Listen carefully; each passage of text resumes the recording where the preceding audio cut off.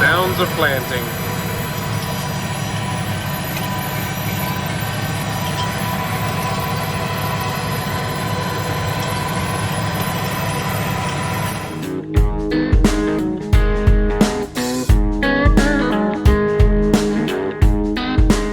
All right, back at it at the gym this morning, picking up some cottonseed.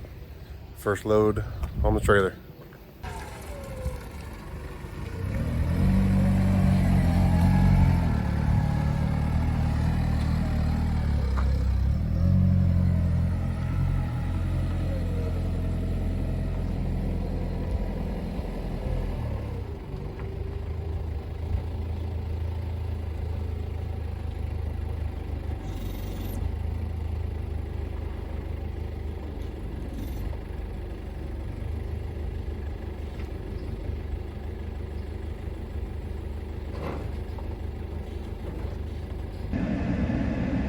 And we're off.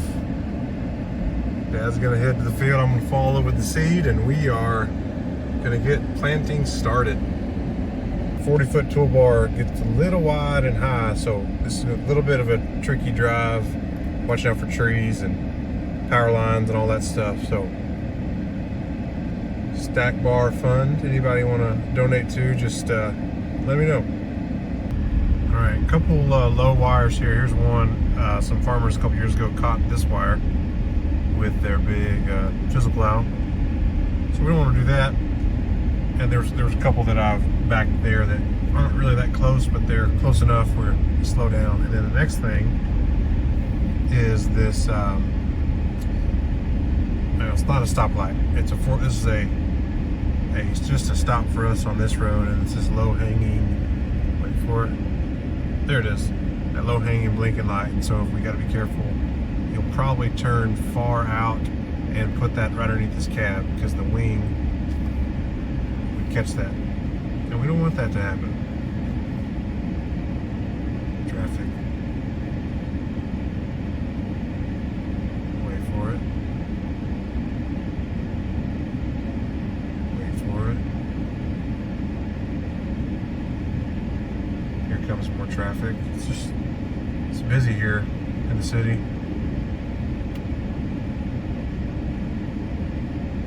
Here we go. Now swing her wide.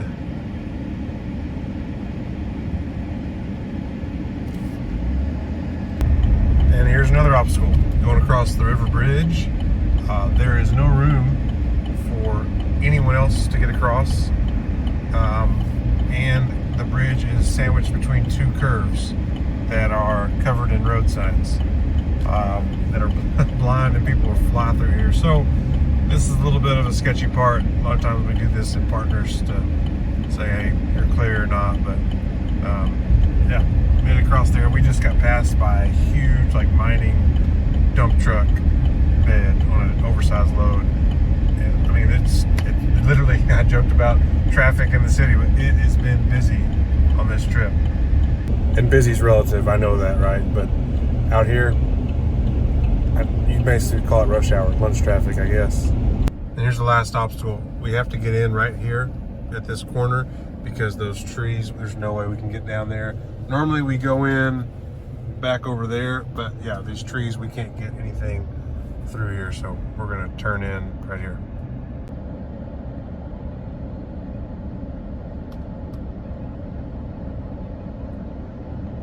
All right, well, I'm planting. It's been a while since I talked to you last, but just take some time getting the planter set. First time adjusting things, for me, remembering some things, and so Dad's been riding with me, and we've been tinkered a little bit with road cleaners and toolbar, different things like that. So what you need to know is we're rolling, it's going well. I've done 40 acres of this 100 that I'll do today, because that's basically what we have ready to go, and then I'll be waiting for the next place, maybe my parents' house. Depends on how fast that's dried today, but it's going well. This ground can get really, really hard, and it just will bake, and the sun will just crust it over, and then we can't hardly get the planter in the ground if we wait too long. So wanted to get out here just as it dried up. There were some black spots yesterday morning, and they're gone, and it's doing a really good job. I'll get out and I'll show you in a second the kind of how the soil conditions look, but looks really, really good. Plenty of moisture because we've got lots of rain, and it's going well. Dad just left. He's walking back to the truck, and he's going to drive up, and we're going to fill up with seed again. Don't need it yet, but we'll need it to finish. So we'll load back up, and then he'll go on, and I'll finish. That'll get me through. So.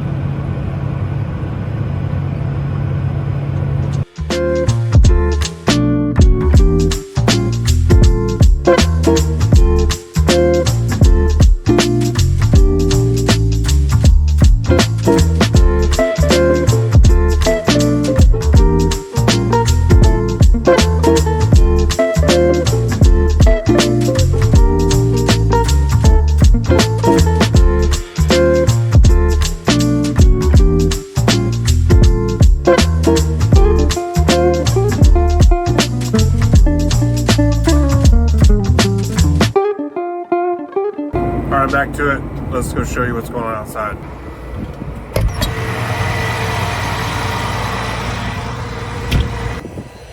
All right, so just got a little bit of crust we're trying to knock off right here.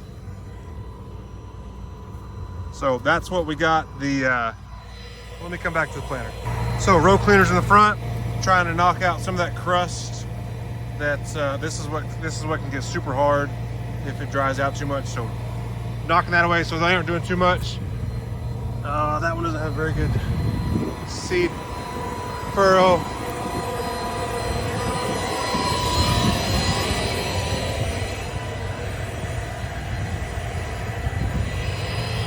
Okay, this is a little bit better. There's our trench. And we got these seed firmers in here. They're just running on top of the seed. And then these closing wheels we put on last 2 years ago, and they've been really, really good and leaving us a really nice seed bed. We like to see a little moisture on top, and this is it's really, really nice. Let's see if I can, on camera, find you a seed.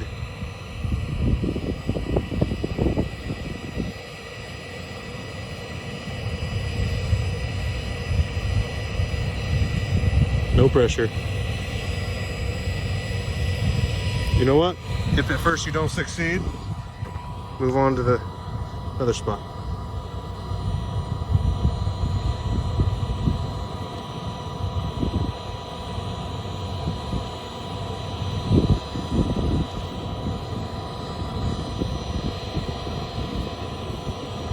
Well, sometimes I dig too aggressively. I'll be right back. All right, I'm better off camera. There we go. Boys earlier brought us some lunch and said, do you have any of those Bobcat seeds? Well, our mascot is the Bobcats. We're blue and white. And so, Bobcat seeds. There's our depth. We want to be about second knuckle, about 2 inches in moisture. Love it. Well, the dust is finally moving a little bit. And so you can see a little bit better what's going on. I just have another round after this, and I'll be done on this first 100 acres. So Dad's on his way. Takes about 20 minutes or so to get here from his house, and he's going to help me move, because if you'll remember, it's a little bit iffy, especially that bridge. It's harder actually going back the other direction on the bridge, because that one curve, there's enough of a straightaway before the bridge, no big deal. But it's the last one. It's like you get off the bridge and immediately into a curve, and they've got curve signs. It tells you every 10 feet that there's a turn that you're on, in case you didn't know that you were turning on the curve that you're on. And so it makes it hard to get off the road, because you'll hit those, but you don't want to hit the car that's coming either. So it's good to have a spotter. So we'll do that, and then probably take this tractor over to his house, and then figure out tomorrow where we're gonna go. So I don't have many things that annoy me. I'm pretty much always happy, you know, just like a normal person. But one pet peeve I have is when you end up in the wrong end of the field when you're finished. So that'd be what happened right here. I'm in the exact opposite corner of where I need to be. I need to be back down there. So driving empty, not my favorite, but on the way back. It's not even really a pet peeve. I'm not OCD, but I'm OCD about a few things. My papers, like, I don't want those to get bent up and messed up, like papers. How about like my Bible? Like, I love when our boys were littler and they wanted to look at the Bible with me, that's great, but don't crinkle up my pages. Or like stuff that I don't know, call it weird, but don't like my papers crinkled. I like white shoes. Can't stand on when I get stepped on, or just try to keep the white shoes white, right? And then I would just like to be able to finish perfectly where I need to be and just drive out of the field. Is that too much to ask? So, driving empty. Good morning. Back at it today. Just gonna check over the planter, do some greasing, and then we'll get, it'll likely be, the planter will be completely differently set from where we just were. So, let's have a good day today. Planting. Planter set. Dad's going to get my truck at the barn with the seat on it. And yeah, 155 acres I think here. Let's get her done. So you remember all those washes that we've been fixing all year? Well, here's some. No time to get these fixed, so we're gonna farm through them this year. And yep, listen to that noise when I slow down. So it thinks I'm not planting seed, but yeah, this is, I mean, it's not as bad as it could be. At least they're fairly gradual. We'll be able to farm through them. I don't know. Yep, there's that noise. I don't know how well stuff will come up through all that, but at least it's not a deep ravine that you can't drive through. All right, time for seed. Oh. Yep, hit my head.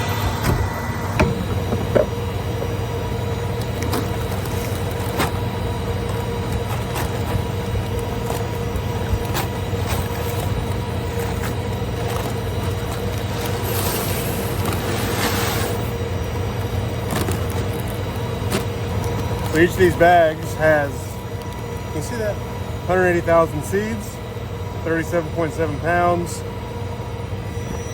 We try to put out around 41,000 seeds per acre. So you can do the math on that.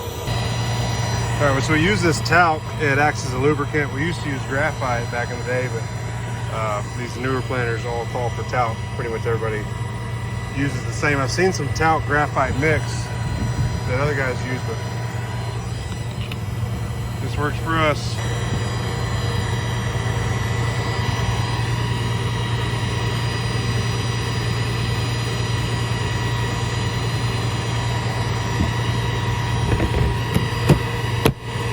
Just check the planter over. All's good. Back to work. Okay, I know I'm getting low on seed. A lot of times when the sun is early morning or late at then afternoon, I can see the reflection. From the more midday, it's hard to see where my seed level's at.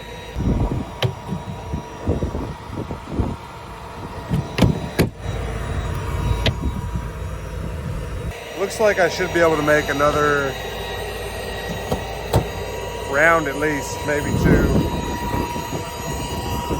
Just call Dad, he's eating lunch, so yeah. I think I can make another 2 rounds and then he'll bring me some seed. When I came out of the tractor, I needed to get out and walk. It's been sitting there long enough. Just to see how the seed depth is, see where the moisture's at. Wind is blowing now. Obviously the sun is out. It's 100+ degrees. So our moisture is going to start retreating, especially at this part of the day. Come back up overnight, so the mornings will plant different than the evenings. So let's check some seed. All right, let's see if I can do this on camera. Plenty of moisture, really good moisture. First time. Right about 2 inches. It's where we normally plant it. Looking good, almost done. Maybe 20 acres or so left. When I get closer to the wheat, this is the wheat that got hailed. I'll give you the update on what's going on over there. All right, so here's where I'm at. I just have one more through next to the wheat over there. If you can see that or not. Sorry, I'm driving and I'm going. I have this cutoff row. Remember, it cuts off these rows here. So I'm gonna drive empty. I'm gonna drive empty down there so that I can end up back in this corner, and then all I'll have is that one through next to the wheat, and then this field will be done, just like that. Stay tuned.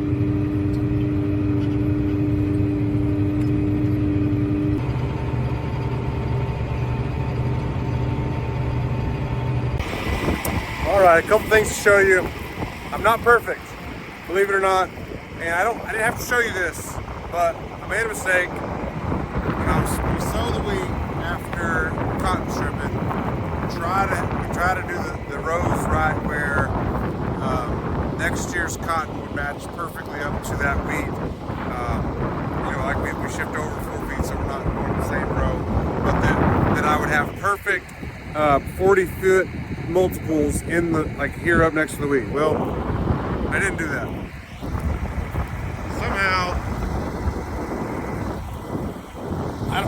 Somehow I messed up.